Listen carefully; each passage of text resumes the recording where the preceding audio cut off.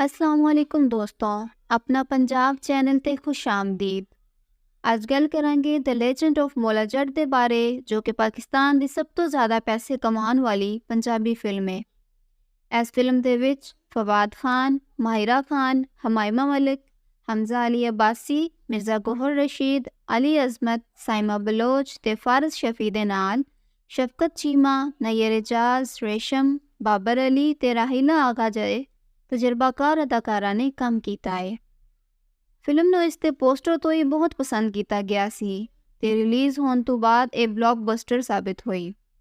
Film ਦੀ executive producer Amara ਹਿਕਮਤ ਦੇ ਮੁਤਾਬਿਕ ਦ legend of Maula ਜੱਟ ਨੇ ਆਪਣੀ ਰਿਲੀਜ਼ ਦੇ ਚੌਥੇ ਹਫ਼ਤੇ ਵਿੱਚ ਦੁਨੀਆ ਭਰ ਵਿੱਚ ਸਭ ਤੋਂ ਜ਼ਿਆਦਾ ਕਮਾਈ ਕਰਨ ਵਾਲੀ ਪੰਜਾਬੀ ਫਿਲਮ ਬਣ ਕੇ ਇੱਕ ਹੋਰ ਰਿਕਾਰਡ ਤੋੜ ਦਿੱਤਾ ਹੈ।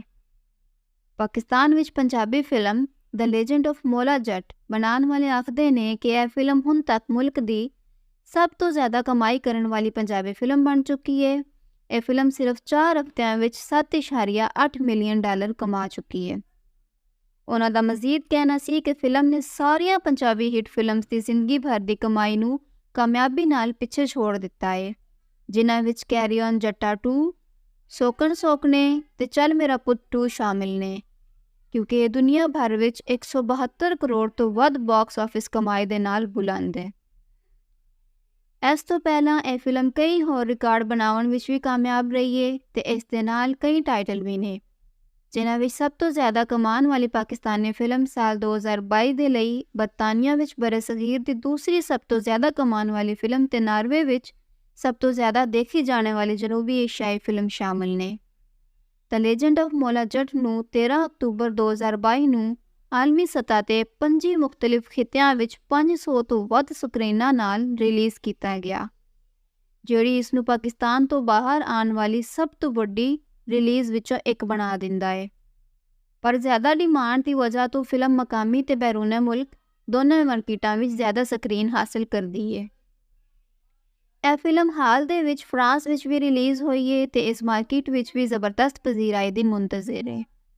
ਦੋਸਤੋਂ, ਸੁਣਨ ਵਿੱਚ ਆਇਆ ਸੀ ਕਿ ਇਹ ਫਿਲਮ ਭਾਰਤੀ ਸਿਨੇਮਾ ਘਰਾਂ ਵਿੱਚ ਪੇਸ਼ ਕੀਤੀ ਜਾਣੀ ਸੀ, ਪਰ ਪਾਕਿਸਤਾਨ ਦੀ blockbuster film the legend of Maula Jatt ਨੂੰ ਦਿੱਲੀ ਦੇ ਵਿੱਚ ਮੁਤਲਕਾ ਹੁਕਾਮ ਦੀ ਜਾਨਬ ਤੋਂ ਇਜਾਜ਼ਤ ਨਾ ਮਿਲਣ ਦੀ ਵਜ੍ਹਾ ਤੋਂ 2 ਅਕਤੂਬਰ 2024 ਨੂੰ ਨੁਮਾਇਸ਼ ਲਈ ਪੇਸ਼ ਨਹੀਂ ਕੀਤਾ ਜਾ ਸਕਿਆ, ਜਦੋਂ ਕਿ ਇਸ ਫਿਲਮ ਦੀ ਕਾਮਯਾਬੀ ਦੀ ਇਤਨੀ ਧੂਮ ਮੱਚੀ ਕਿ ਭਾਰਤ ਵਿੱਚ ਵੀ ਫਿਲਮ ਸ਼ੌਕੀਨ ਇਸ ਨੂੰ ਵੇਖਣਾ ਚਾਹੁੰਦੇ ਸਨ।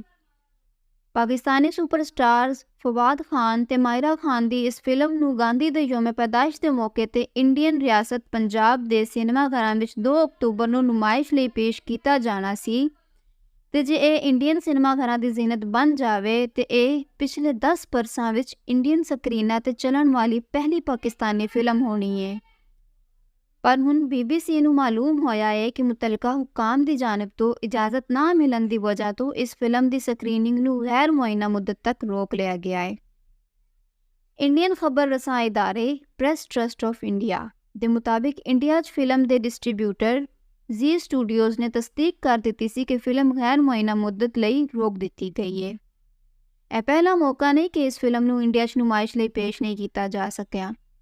ਇਸ ਤੋਂ ਪਹਿਲਾਂ ਦ ਲੈਜੈਂਡ ਆਫ ਮੌਲਾ ਜੱਟ ਨੂੰ 3 ਦਸੰਬਰ 2022 ਨੂੰ ਇੰਡੀਆ ਦੇ ਉਹਨਾਂ ਇਲਾਕਿਆਂ ਦੇ ਸਿਨੇਮਾ ਘਰਾਂ ਵਿੱਚ ਨੁਮਾਇਸ਼ ਲਈ ਪੇਸ਼ ਕੀਤਾ ਜਾਣਾ ਸੀ ਜਿਹਦੇ ਵਿੱਚ ਲੋਕ ਪੰਜਾਬੀ ਸਮਝਦੇ ਤੇ ਬੋਲਦੇ ਨੇ, ਪਰ ਉਸ ਵਕਤ ਵੀ ਬਗੈਰ ਕਿਸੇ ਵਜ਼ਾਹਤ ਦੇ ਗੈਰ ਮੁਅੱਇਨਾ ਮੁੱਦਤ ਲਈ ਮਨਸੂਖ ਕਰ ਦਿੱਤੀ ਗਈ ਸੀ। ਹੁਣ ਵੇਖਦੇ ਹਾਂ ਕੀ ਹੁੰਦਾ ਹੈ। ਉਹੀ ਹੋਵੇ ਜਿਹਦੇ ਨਾਲ ਦੋਵਾਂ ਮਮਾਲਿਕ ਦੇ ਦਰਮਿਆਨ ਵੱਧਦੀ ਦੂਰੀਆਂ 'ਚ ਕਮੀ ਆਵੇ। ਮਜ਼ੀਦ ਖਬਰਾਂ ਲਈ ਆਪਣਾ ਪੰਜਾਬ ਚੈਨਲ ਨਾਲ ਜੁੜੇ ਰਹੋ।